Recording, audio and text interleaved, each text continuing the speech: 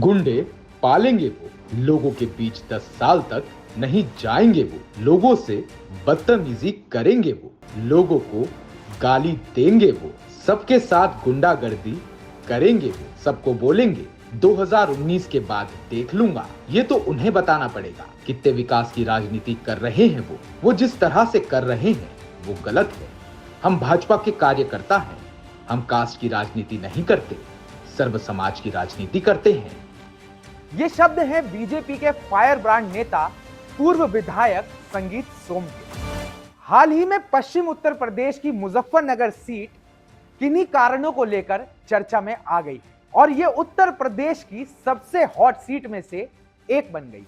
मुजफ्फरनगर की seat BJP के गले में उस हड्डी की तरह फंस गई है जो ना तो उगलते बनती है और ना ही निकलते। यहां मामला अटक गया है बीजेपी के दो गद्दावर नेताओं के बीच। एक तरफ है बीजेपी के फायर ब्रांड नेता और सरदना से पूर्व विधायक संगीत सोम, तो दूसरी तरफ है मुजफ्फरनगर के सांसद और फिलहाल मोदी सरकार में केंद्रीय मंत्री संजीव बालियान। मुद्दा कुछ ऐसा है कि जिसको लेकर पश्चिम में गर्मी लगातार बढ़ती जा रही है। एक पूरा का पूरा समाज, एक पूरा का पूरा तबका भारतीय जनता पार्टी के खिलाफ आकर खड़ा हो गया है। जी हां, ये वही तबका है, ये वही समाज है जो बीजेपी का कोर वोटर कहलाया जाता है। ये राजपूत समाज है। इसी कड़ी में 8 अप्रैल को सहारनपुर जिले के ननौता में क्षत्रिय महाकुंभ का आयोजन किया गया, जिसमें फैसला लिया गया कि आगामी लोकसभा चुनाव में राजपूत समाज बीजेपी का पूर्ण रूप से बहिष्कार करेगा। आखिर यह फैसला क्यों लिया गया? आखिर क्यों बीजेपी के संगीत सोम बीजेपी के ही संजीव बालियान के सामने आकर इतनी मजबूती से खड़े हो गए? हालांकि संगीत सोम कह रहे हैं कि मैं बीजेपी का समर्थन करता हूं, बीजेपी का कार्य करता हूं और इस चुनाव में बीजेपी का झंडा उठाकर चल रहा। पर दूसरी तरफ उन्होंने कहा कि मैं बीजेपी का कार्य करता हूं, संजीव बालियान का कार्य करता नहीं। मैं बीजेपी का समर्थन कर रहा हूं, बीजेपी के लिए काम कर रहा हूं, पर संजीव बालियान के लिए नहीं। आखिर यह खटास इन दो बड़े नेताओं के बीच कैसे और क्यों पैदा हुई, इसे जानने के लिए शुरू करते हैं।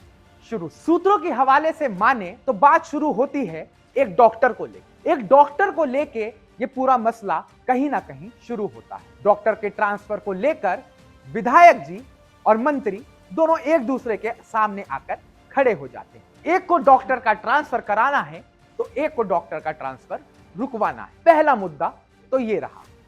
दूसरा मुद्दा क्षत्रिय समाज का भारतीय जनता पार्टी पर आरोप। क्षत्रिय समाज का आरोप है कि कुछ समय से भारतीय जनता पार्टी में उनकी पूर्ण रूप से अनदेखी की जा रही है, चाहे मामला टिकट वितरण का हो या दूसरी और कई चीजें। तीसरी बात जो आती है वो आती है मुजफ्फरनगर के सांसद संजीव बालियान। क्षत्रिय समाज का आरोप है कि संजीव बालियान उनके समाज की अनदेखी समय समय पर करते आ रहे हैं, चाहे भी वो ठेकेदारी का काम हो या रोजमर्रा के काम, जिसलिए लोग सांसद के पास जाते हैं।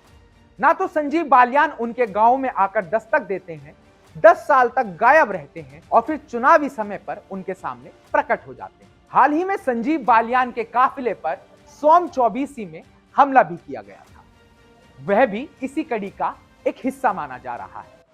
और हाल फिलहाल में एक न्यूज चैनल को दिए गए इंटरव्यू में संगीत सोम ने इस पर खुलकर अपने विचार रखे।